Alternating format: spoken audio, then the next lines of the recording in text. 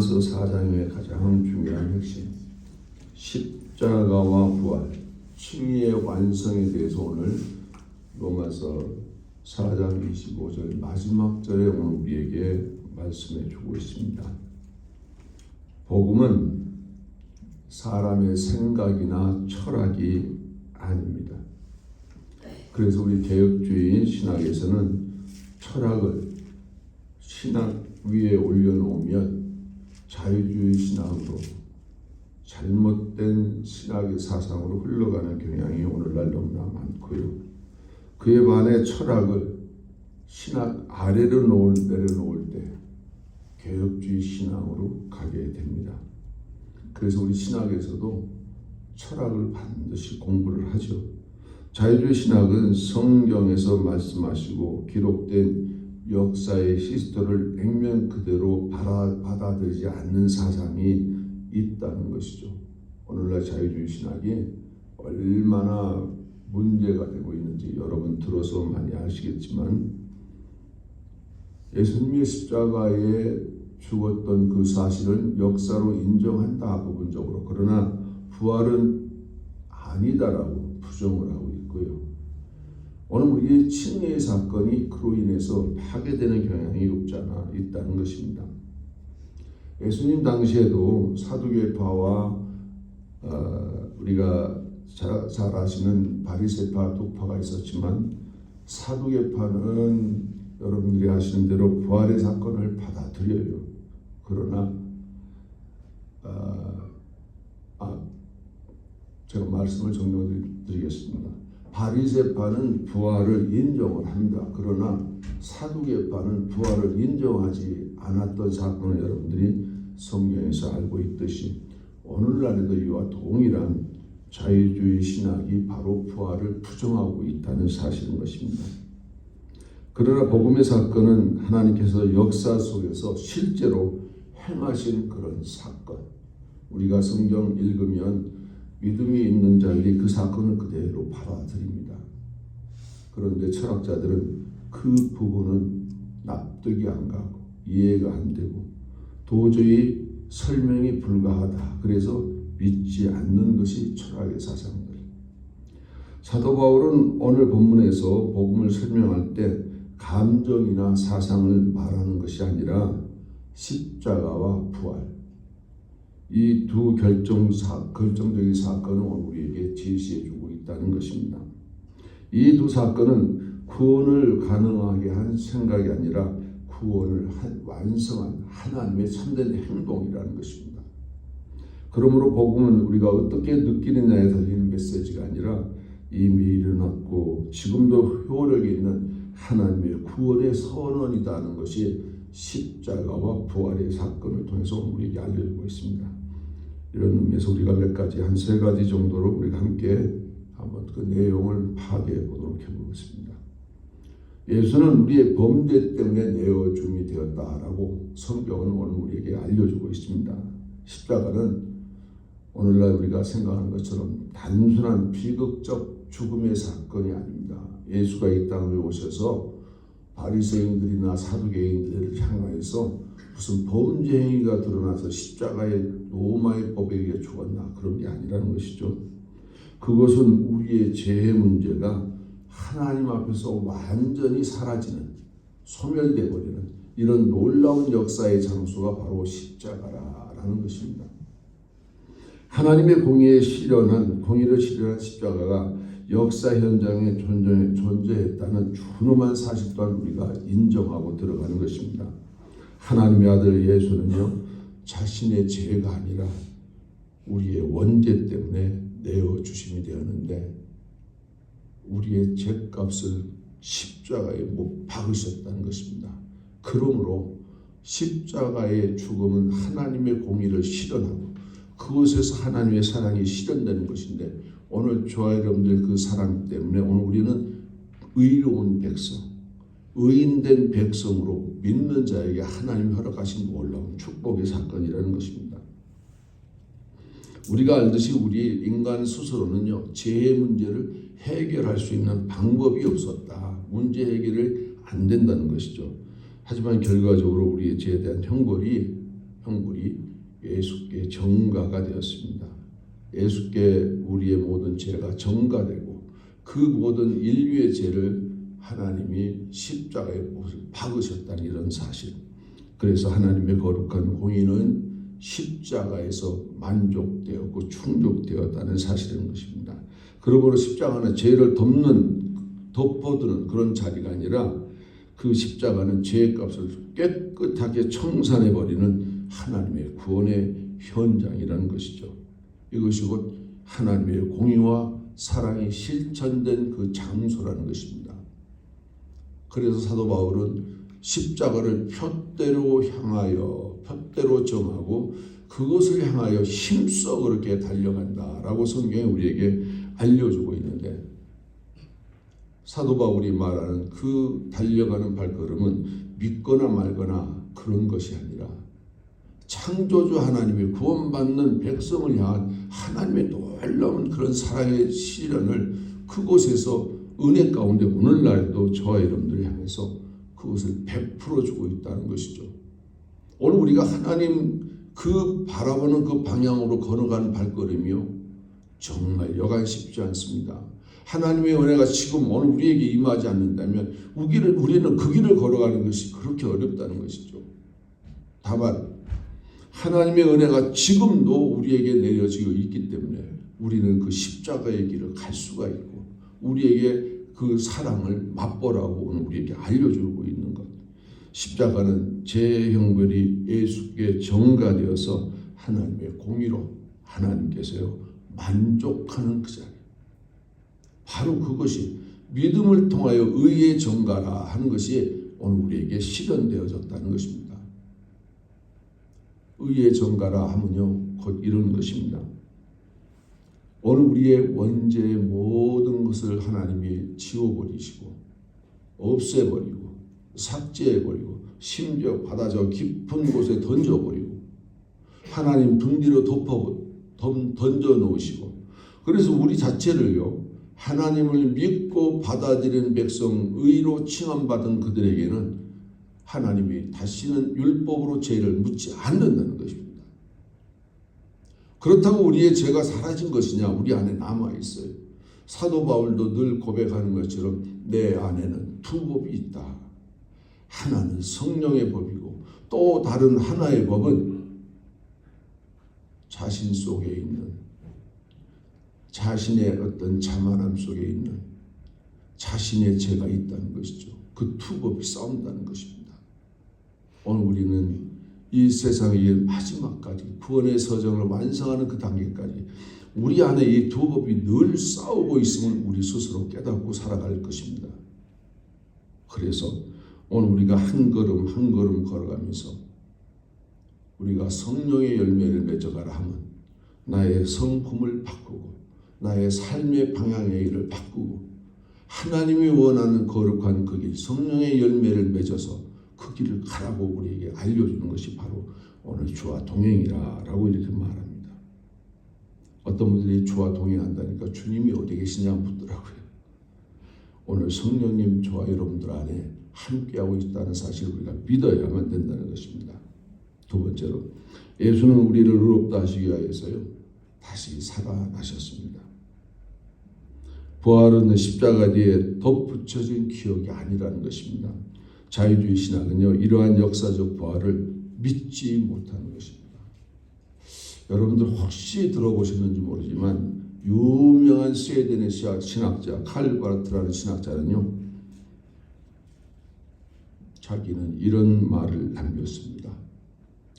예수 그리스도의 부활 사건이 역사적으로 발생했다는 사실에 대해서 아무런 증거도 없고 어떤 증거도 있을 수 없고 있어서도 안 된다는 것이 명백하다. 실제로 성경 역사의 결정적 요소들인 창조 이야기와 및 다른 많은 이야기들과 공통적으로 예수의 부활 사건은 사가 혹은 전설로 간주되고 묘사되어야 한다는 것을 반대할 아무런 이유가 없다. 예수 그리스도의 죽음은 확실히 역사로 생각할 수 있지만 부활은 그렇지 않다. 이분이요, 완전 자유주의 신학도 아닙니다. 신정통주의를 주장하는데도 지금 이런 현실이 벌어지고 있습니다. 그러면 자유주의 신앙은 어떻습니까? 지금 이보다 한술 더 뜹니다. 증거를 내놔라. 오늘 여기서 한 두 단어 새로운 단어 나오는데요. 사가라. 우리 신학에서 자주 사용하는 사가라 하는 말은 부활을 역사적 사실이 아니라 공동체의 신앙 경험을 엮어낸 장대한 종교적 서사라, 이렇게 그들이 말하고 있습니다. 어느 쪽에서요? 방금 얘기하는 자유주의 신학이나 신동동주의 신학이나 너무 많습니다. 지금요. 전설이라 하면요, 예수가 제자들 마음속에 살아났다고 하는 어떤 신앙적 고백의 한 표현이다, 이렇게 일관해 버린다는 것이죠. 실제로 예수가 부활했다는 것은 믿을 수가 없다, 증거가 없지 않느냐라고 오늘날 지금 많은 신학자들이 그쪽으로 아직하고 있습니다. 그러면 오늘날 우리의 신학적 의도는 왜 그렇습니까? 왜 이렇게 말하는가? 다음과 같은 신학적 전제, 초자연적 기적은요, 역사적으로 입증할 수가 없다라는 것 때문에 지금 그들이 그렇게 부정하고 있는 것입니다. 하지만 부활은 십자가에서 이루어진 속죄가 하나님께 받아들여졌다는 공언의 공적인 선언이라 하는 것입니다.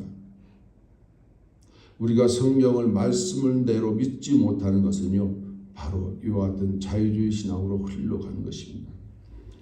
저와 여러분들이요, 믿음이라는 것이 내 안에 함께 하시고 성령님이 내 안에서 역사하지 않으면 오늘 우리가 성경에서 일어난 이와 같은 사실들, 기적과 이사는요, 믿어지지 않는 것이 당연한 것인지도 몰라요. 그래서 자유주의 신학자들은 많은 이단자들이 그것을 믿으려 하지 않고 있다는 것입니다. 그러나 오늘 저와 여러분들, 십자가는 나의 죄를 소멸시켜주는 그 장소, 나를 의로 여겨주는 그 장소, 그래서 나는 하나님의 자녀된 이와 같은 놀라운 축복의 장소가 바로 예수 십자가입니다. 하나님께서 예수를 다시 살리신 것은 사실은 그분이 죽음이 헛되지 않았고 죄의 문제가 완전히 해결되었음을 선포하는 사건이 바로 십자가의 사건입니다. 그래서 부활은 단지 생명의 회복이 아니라 의롭다 하심에 확정된다는 하나님의 판결이라는 것이죠. 오늘 우리는요, 하나님이 이미 선포했어요. 의로운 백성이라. 그래서 의로운 백성은 우리가 주님만 바라보고 그 길을 걸어가라. 자충우돌하지 말고 자고우면하지 말고. 그런데도요, 우리 믿음의 성도들이 그 길을, 거룩한 길 걸어가는 것이 얼마나 힘들고 어려운지 모릅니다.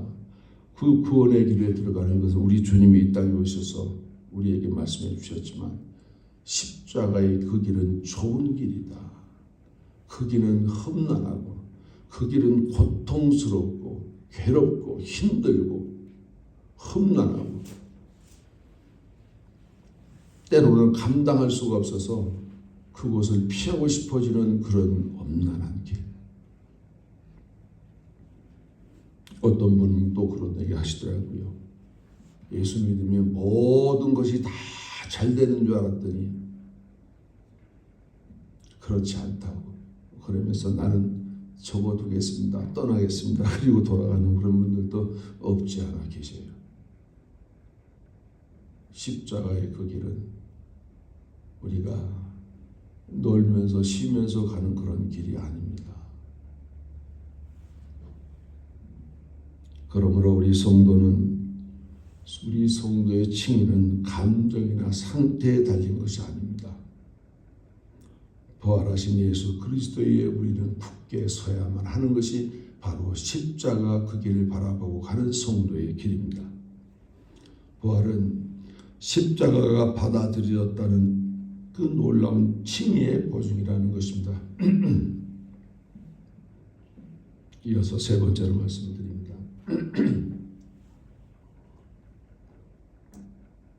십자가와 부활은요 분리되지가 않습니다.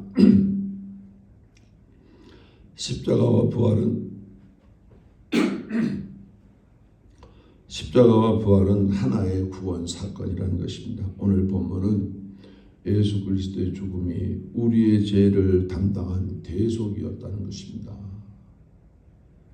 부활이 우리의 칭의를 확증한 하나님의 선언이었다는 것입니다.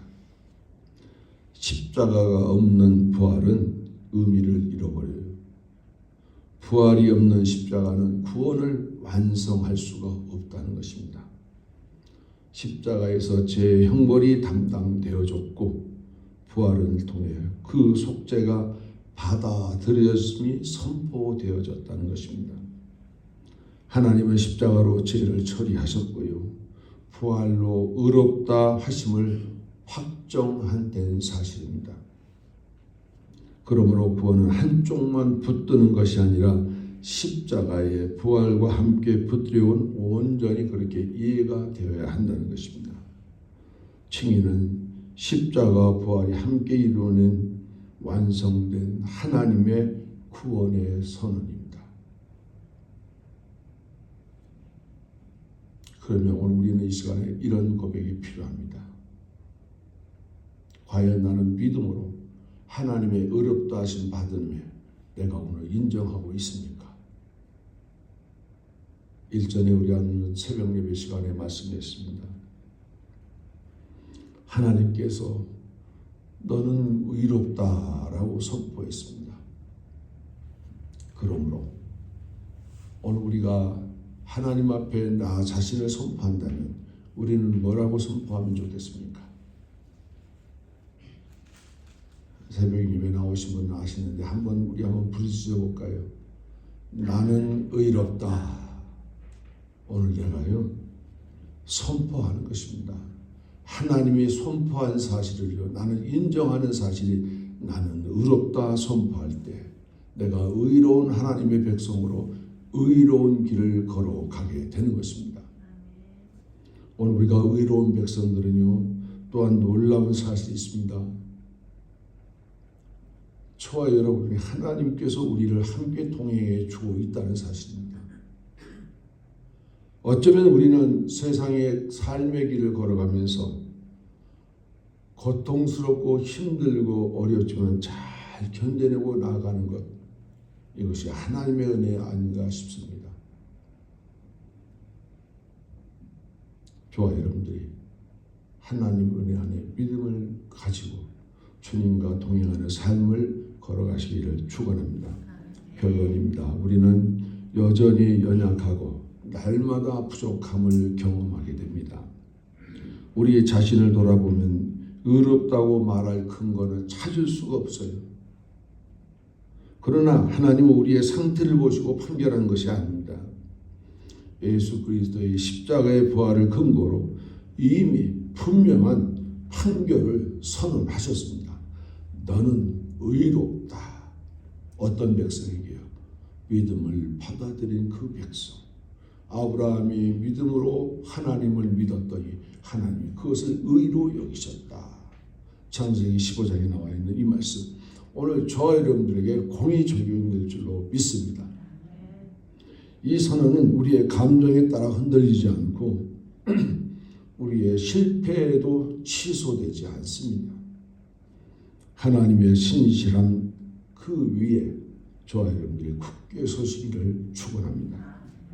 그러므로 우리는 정죄가 아니라 은혜 안에서 살아야 합니다. 하나님의 은혜가요 지금도 하나님의 은혜가 저희들에게 오고 있다는 사실. 그러나 어느 시점 마지막 종말의 때 하나님이 그 은혜를 다 거두어 가시면 하나님의 백성 성도라도 살아가기가 너무 힘들 때가 올 수 있다. 하나님의 은혜를 철수해버리면 우리 성도는 견디기 어려운 상황들이 올 수 있다는 것입니다. 그것을 위해서 오늘 우리 신앙인들이 고난을 대비해서 준비해야 됩니다. 지금 은혜가 하나님의 은혜가 폭포수와 같이 내려질 때 마음껏 방종하라고 우리에게 주신 은혜가 아니라 이 은혜가 철수된 이후의 삶을 우리가 생각해 보아야 됩니다. 믿는 사람들이 피난할 곳이 없고 피할 곳이 없다라고 요한계시록은 우리에게 알려주고 있습니다. 지금은 우리가 자유롭게 신앙생활하면서 자유롭게 마음껏 행동할 수가 있지만 정작 그날이 되면 우리는 신앙 안에서 살아가기가 너무 힘든 현실이 우리 앞에 도래할 것입니다. 그러므로 오늘 우리가 하나님 은혜 안에 하나님과의 온전한 주와 동행의 삶을 저와 여러분들이 함께 살아가시기를 축원합니다. 우리는 여전히 약하지만 하나님은 이미 판결하셨습니다. 의롭다. 기도하겠습니다. 십자가와 부활의 하나님 아버지, 우리의 죄를 위하여 아들을 내어주시고 부활로 말미암아 우리를 의롭다 하신 은혜를 찬양합니다. 이미 완성된 부활을 우리의 행위나 감정이 아니라 오직 믿음으로 누리게 하옵소서. 날마다 스스로를 의지하려는 마음을 내려놓고 자기 의가 아니라 그리스도의 온전한 의를 붙들게 하옵소서. 삶의 자리마다 흔들릴 때에도 십자가에서 이미 이루신 구원과 부활로 확증하신 하나님의 선언을 기억하게 하시고 정죄가 아니라 자유함 가운데 감사와 순종의 삶으로 살아가게 하옵소서. 이 모든 말씀을 예수님의 이름으로 기도드리옵나이다.